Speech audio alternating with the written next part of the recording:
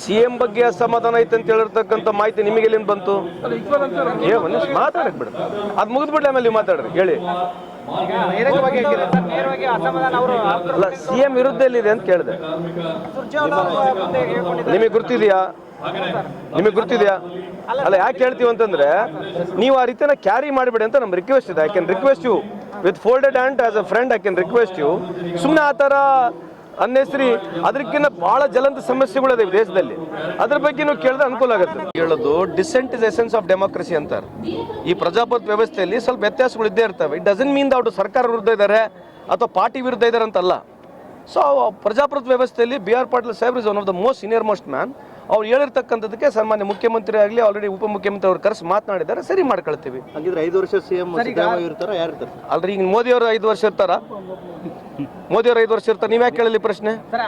ಒಂದ್ ನಿಮಿಷ ಅಲ್ರಿ. You have got every right to ask every question.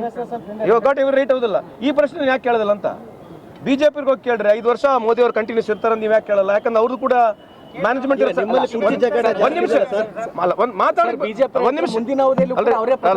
ಒಂದ್ ನಿಮಿಷ ಮಾತಾಡಕ್ ಬಿಡಿ. ನಾನು ಮಾತಾದ್ಮೇಲೆ ನೀವು ಮಾತಾಡಿ.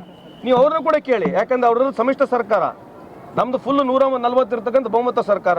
ನೀವು ಬಿಜೆಪಿ ಎಲ್ಲ ಕೇಳ್ಬೇಕಾಗಲ್ಲ, ನಮ್ಮನ್ನು ಕೇಳ್ಬೇಕು. ಫಸ್ಟ್ ಕೇಳೋದು ಪ್ರಧಾನಮಂತ್ರಿ ನರೇಂದ್ರ ಮೋದಿ ಸಾಹೇಬರು 5 ವರ್ಷ ಕಂಟಿನ್ಯೂ ಆಗ್ತಾರೆ ನೀವು ಕೇಳಿದ್ಮೇಲೆ, ಆಮೇಲೆ ನಮ್ಮ ಸಿದ್ದರಾಮಯ್ಯ ಸಾಹೇಬ್ರು ನೀವು ಕೇಳಬೇಕು.